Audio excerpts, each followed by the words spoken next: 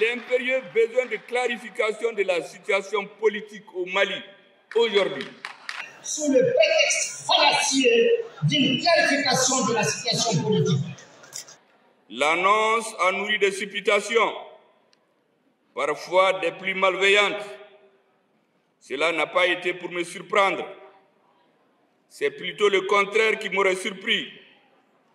Il est de notoriété publique que pour certains, tout ce qui émane du Premier ministre chef du gouvernement, président du comité stratégique du M5 RFP, ne vaut pas la peine d'être pris en compte.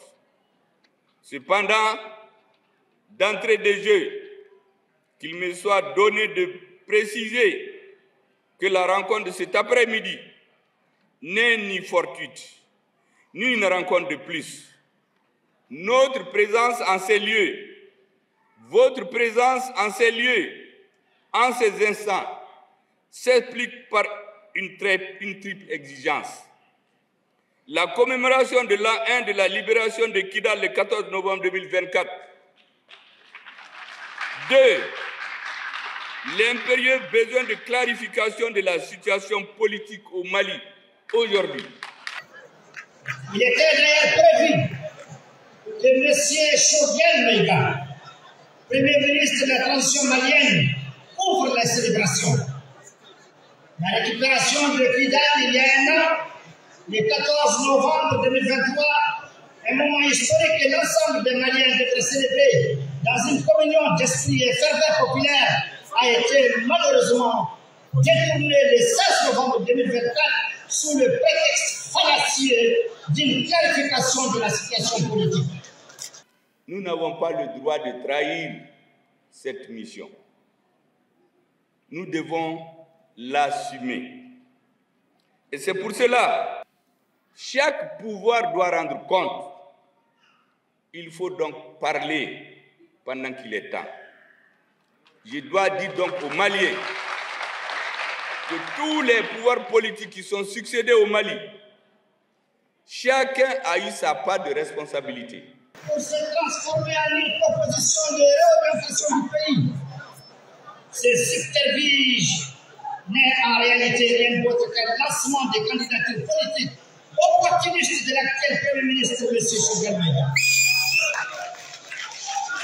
Une telle démarche qui termine l'image de votre pays et qui repousse votre victoire est une trahison de la confiance du président et plus encore un mépris flagrant envers l'intelligence et la dignité du peuple malien et que l'on tente de manipuler les espoirs légitimes des Maliens au service des stratégies de pouvoir. Cette manœuvre ne fait que diviser et semer la confusion au moment où notre pays a le plus besoin de clarté, de solidarité et de cohésion. Car en ces jours où nous honorons les héros de la libération, il est crucial de nous rappeler ce qu'ils ont défendu.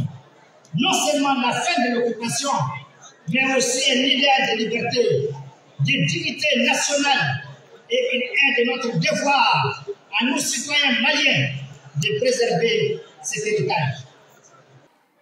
Je voudrais rappeler que le M5 RFP est certes un mouvement politique, mais il est avant tout et surtout un esprit de changement pour la refondation du Mali, un esprit pour le Mali quoi.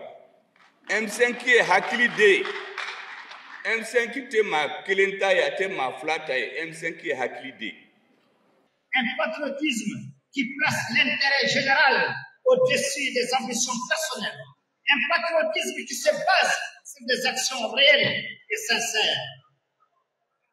Aujourd'hui, nous devons plus que jamais nous élever au-dessus des petites manœuvres politiques et rappeler que la réorientation de notre pays ne se fera pas par des coups de communication ou des ambitions opportunistes, mais par un rassemblement sincère ancré dans les valeurs qui ont fait la force et la grandeur du Mali.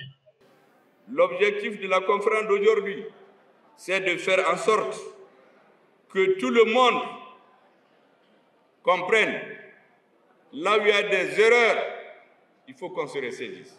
Les Maliens n'accepteront jamais, je dis bien jamais, que ceux qu'ils ont combattus reviennent en arrière. Où ils sont? Si vous aurez remarqué, personne au Mali ne s'est jamais attaqué à des étrangers, ne s'est jamais attaqué aux intérêts étrangers. Alors qu'il y a des pays où on brûle des stations, on brûle des étrangers, on attaque des... Au Mali, ce n'est jamais arrivé. Je voudrais vous féliciter pour cela. On a fait un combat juste. Ils risquent leur vie pour que les Maliens restent libres, pour que notre pays continue à incarner les valeurs de justice et de solidarité. Grâce à leur action, nous pouvons espérer un avenir où la paix et la sécurité règnent, un avenir où nos enfants et petits-enfants vivront dans un monde plus juste et plus sûr. À vous, soldats, nous disons merci. Dans cet organe, est-ce que vous savez que la loi que le peuple a approuvée, que nous avons passée à la primature sans toucher, ce sont les opposants qui sont venus modifier, faire un marché dans le dos du M5. Moi, j'ai passé des mauvais jours au M5, mais j'ai expliqué aux camarades du M5, patience, patience, patience. L'armée malienne est en train de se battre. Apprenons à patienter.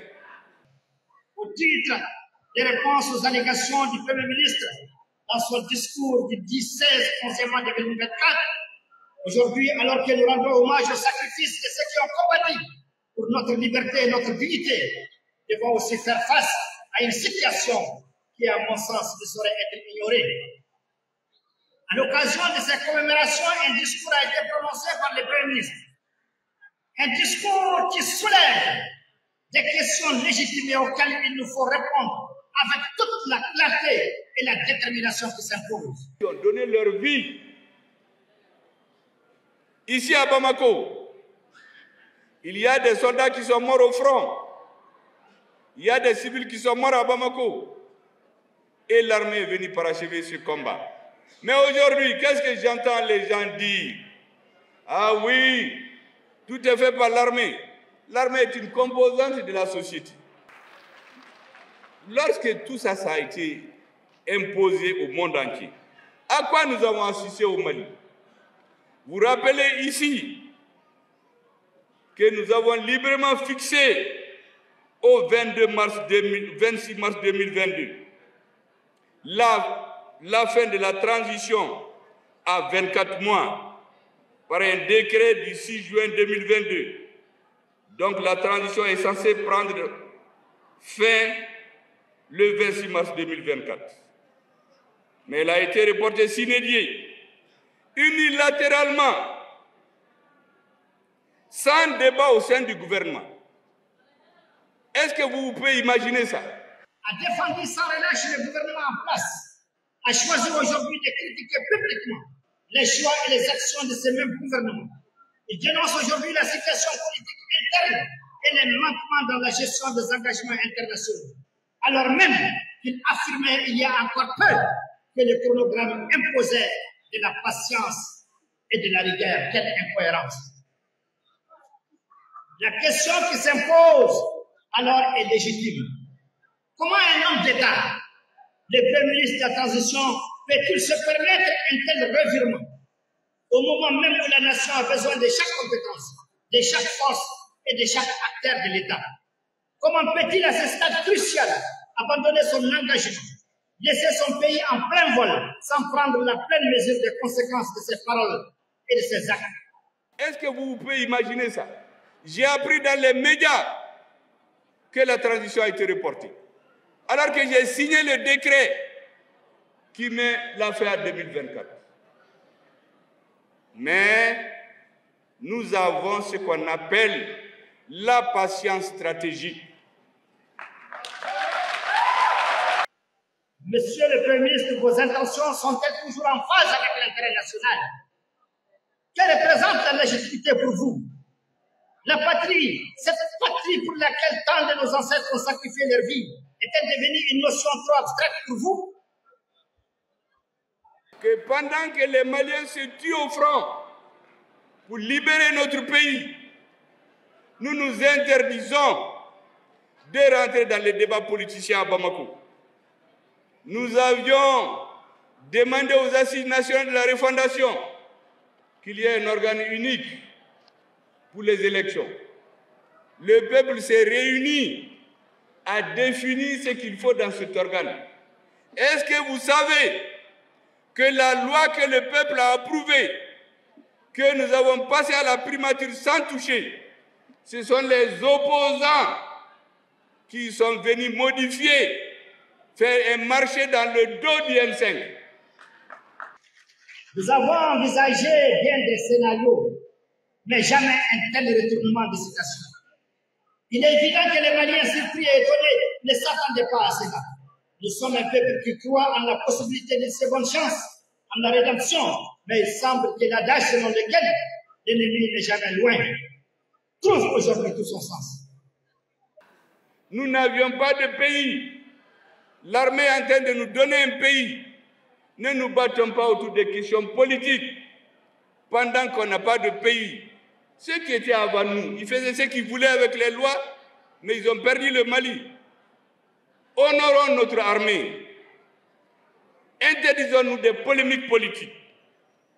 Mais vous savez très bien que ce n'est pas normal dans un gouvernement.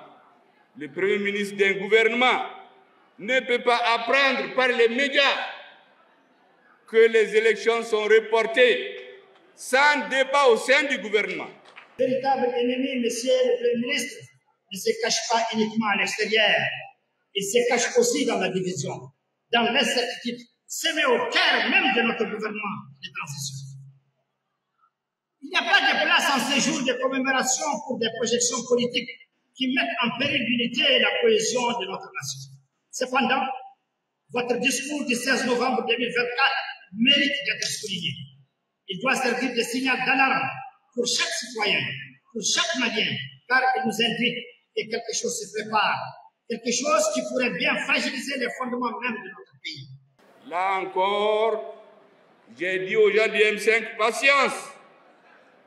Attendez, l'important c'est d'avoir un pays.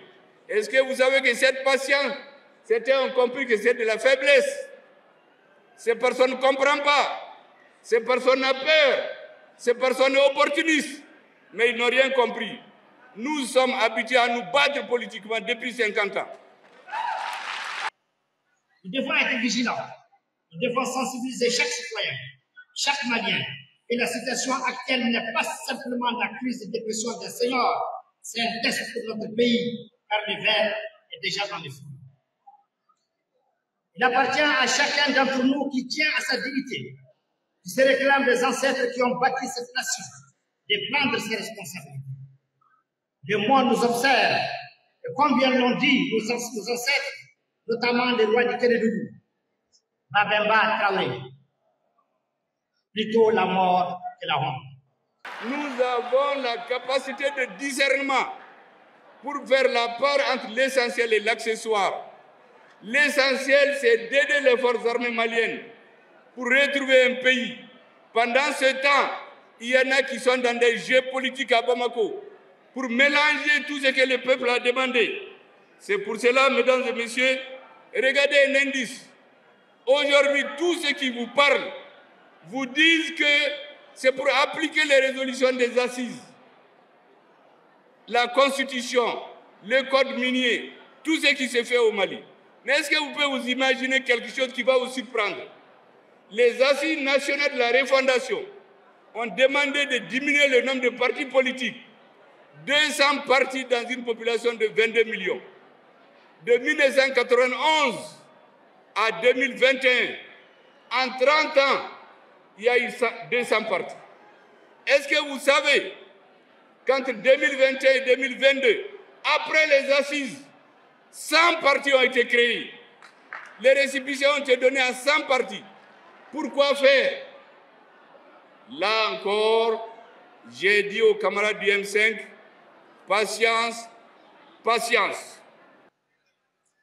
Le peuple malien ne se laissera pas abattre par des intrigues internes, par des attaques injustifiées, ni par des renoncements au moment où notre nation a le plus besoin de tous ses fils et filles. Aujourd'hui, nous devons unir nos forces, renforcer notre cohésion et affirmer haut et fort que rien ne saurait altérer notre volonté collective de protéger notre pays, notre peuple et nos valeurs.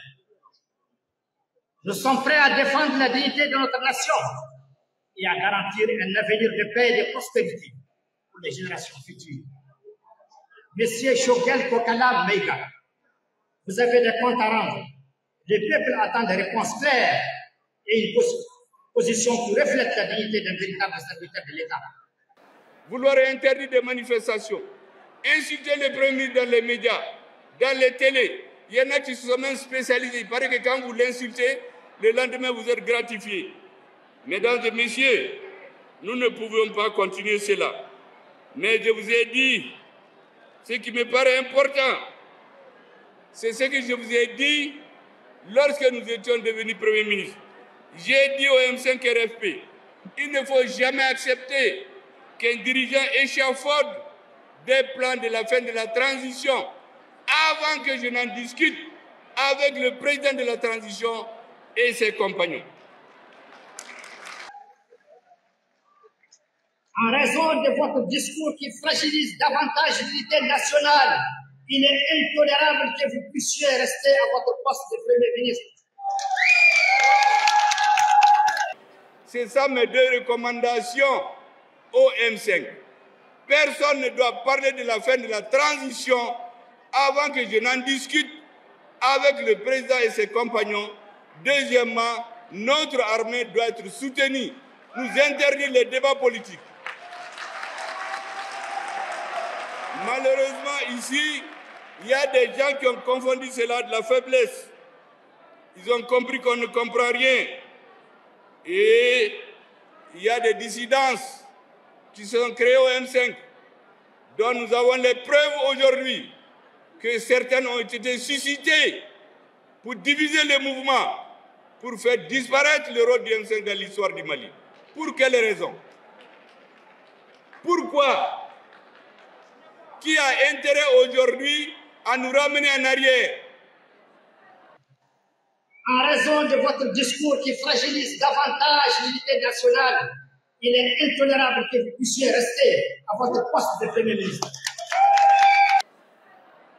Qui a intérêt à sortir dans les médias, dire que le premier adversaire de la transition, c'est le Premier ministre. Et ils sont reçus. Ils sont payés. Ce n'est pas acceptable. Et de toutes les façons, j'ai dit et je le répète, le Mali va avoir le dessus sur nous tous. Demain, nous allons tous disparaître, mais le Mali va rester. Ce n'est pas le moment de tergiverser, ni de semer la discorde. C'est le moment d'agir pour la nation, pour la patrie, pour l'honneur du Mali et du peuple malien. Mesdames et messieurs, chers soutiens de la transition, chers peuples, au titre de la transition de l'opportunisme et la déception d'une confiance mal placée, avant toute chose, en ce jour de commémoration, nous rendons hommage à nos soldats, ceux qui se battent sur le front pour défendre notre liberté, ainsi que ceux qui ont donné leur vie pour notre pays. De rentrer dans ces calculs. Et j'ai dit que ce qui arrive au Mali, c'est comme la fable qui parle du lion et deux taureaux. Le lion vient, il voit deux taureaux, il les sépare d'abord. Il y a un taureau qui dit que lui, il est plus fort, il ne soit pas l'autre. Il laisse, quand il finit d'éliminer le premier, il se regroupe contre le deuxième, il se regroupe contre le premier. C'est ça qui est en cours aujourd'hui. Et c'est pour cela que j'ai dit qu'il y a un spectre de la confusion et de l'amalgame qui plane sur la transition malienne. Nous ne pouvons pas accepter, le peuple n'acceptera pas que cela continue. Le président de la transition a connu le rêve de croire que Choguel Maïga incarnerait les valeurs et les engagements attendus pour un tel poste. Il lui a accordé sa confiance, allant même jusqu'à le maintenir en fonction, malgré ses problèmes de santé, pensant qu'il serait à la hauteur. Il a également choisi Choguel Maïga car, dans le contexte actuel, il semble être le moins pire parmi les options offertes par le paysage politique de notre pays. Si on n'est pas d'accord avec lui, nous créons l'espace pour discuter. Depuis 2 ans, je suis en train de demander aux militaires, il faut qu'on s'assoie pour discuter de ce que va devenir la transition à la fin. Depuis 2 ans, au lieu de faire cette discussion que j'ai bloquée au M5, on crée des dissidences, on monte des gens, on récupère des anciens partis, on crée 100 partis politiques en 2 ans, alors que les assises avaient interdit de créer des partis. Pas des enfants, nous avons patienté. Mesdames et messieurs, je vous avais dit aussi, je cite les derniers points sur lesquels je voulais insister. Je vous avais dit que les forces armées de sécurité du Mali doivent être aimées, respectées, soutenues. Aucun débat politique ne doit nous amener à mélanger les chèvres et les choux. Les Maliens ont recouvré leur dignité. Nous avons recouvré notre pays grâce aux efforts des forces armées de sécurité. Mais la réalité a été bien différente. Loin de répondre aux exigences de son rôle, il a trahi la confiance qui lui avait été accordée et a fait preuve d'un comportement indigne de son statut. En voyant son action du 16 novembre 2024, on ne peut s'empêcher de se demander quels auraient-ils été des autres choix possibles. Oui, un opportuniste sans scrupule. Depuis le début, il n'a jamais eu à cœur l'intérêt national, ni les aspirations de notre peuple. Ses actions ont toujours été motivées par un désir égoïste de servir ses propres intérêts au détriment du bien commun. Des preuves, je l'ai dit à beaucoup de jeunes qui sont dans les médias. J'ai fait 50 ans dans l'opposition, mais je ne dis jamais quelque chose dont je n'ai pas les preuves. Tout ce que je vous dis ici, il y a les preuves. Nta befode, parce qu'il n'y a pas de. Or, nous voulons avancer. Nous voulons que vous compreniez certaines choses et que ça s'arrête. J'ai eu à inciter sur des agents des services secrets étrangers qui ont infiltré la transition. J'ai attiré l'attention des autorités là-dessus. Mais qu'est-ce que je vois? Ils sont reçus, ils créent des mouvements, ils font des photos dans tout le pays jusqu'à Kidal. Alors qu'à Kidal, nous avons attrapé des ONG qui servaient de camouflage pour financer les mouvements terroristes. Ces agents doubles, ces nouveaux amis de la transition, je les ai dénoncés. Nous devons faire attention. La faiblesse de notre gouvernement de transition, sémant la discorde et cherchant à jouer son propre jeu politique, tout en s'affichant comme un défenseur de l'intérêt général. Encore un homme sans principe et sans loyauté. Son absence de loyauté et son mépris pour les principes fondamentaux de notre société les rendent inaptes à occuper un poste de responsabilité. En tant que peuple, nous exigeons des dirigeants et des collaborateurs qu'ils agissent en tout temps dans l'intérêt de la nation, qu'ils fassent preuve de courage et d'intégrité et non qu'ils trahissent leur engagement pour des fins personnelles. Les systèmes qui sont dans les mouvements politiques, nous devons les contrer. Pour le reste, nous devons tendre la main à tout le monde. Nous ne cherchons pas de cadeaux avec quelqu'un. On ne cherche pas à prier quelqu'un. Mais la réalité, c'est que le Mali, c'est pour nous tous. Ce n'est pas parce que quelqu'un a soutenu les anciens régimes qui n'est plus malien. L'essentiel, c'est la dynamique du Malikoura. Tout Malien qui est dans cette dynamique aujourd'hui, il faut l'associer à l'action de reconstruction de notre pays, en restant vigilant, vigilance, vigilance. Il avait affirmé qu'il mettrait l'intérêt national au-dessus de tout. Mais comme à son habitude, ce sont ses intérêts personnels qui ont pris le pas sur ses engagements. Son parcours politique entre les différents présidents. Andy Assane. Là où il était censé faire preuve de fidélité et d'honneur, il a préféré suivre le chemin de la trahison en régnant ses promesses et en mettant en péril ce qu'il prétendait défendre par des sous-entendus. Le peuple est désormais témoin de la réalité de son caractère. Ce n'est pas la patrie, ni le bien-être de la nation, mais son propre profit. C'est ça que je voulais vous dire, mesdames et messieurs. Donc, nous avons parlé de Kidal. J'ai clarifié en partie ce que je veux dire. Enfin, si vous sortez là, il faut clarifier vos positions. Tous ceux qui sortent d'ici. Que la nation ne tolérera plus de tels comportements. Il ne suffit pas de s'habiller en treillis militaire pour être un patriote. Le temps des symboles est révolu. Aujourd'hui, ce sont les actions et les résultats qui comptent. Il est temps de cesser de galvaniser les énergies pour déstabiliser et diviser et de concentrer nos efforts sur l'unité et la construction de notre pays.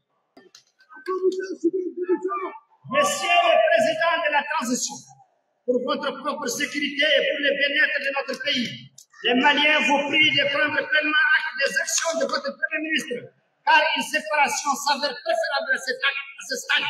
Il pourrait en effet vous vendre aux nombreux ennemis qui guettent notre nation. Avant de dire, permettez-moi de féliciter l'ensemble du peuple malien mobilisé ici. J'aurais souhaité que nos caméras soient braquées dans la cour et dehors. Vous allez voir le monde qui est encore dehors. Et c'est aussi, je ne saurais également terminer mon allocution sans rendre un hommage vivant aux Maliens établis à l'extérieur, la diaspora, qui soient remerciés pour leur mobilisation ici et aussi à l'extérieur de notre pays. Merci Son Excellence, mon général d'armée, pour avoir rendu aux Maliens sa dignité et au Mali son intégrité territoriale. Le peuple malien à l'unisson vous dit merci. Merci à nos vaillantes femmes. Que Dieu bénisse le Mali et préserve les Maliens.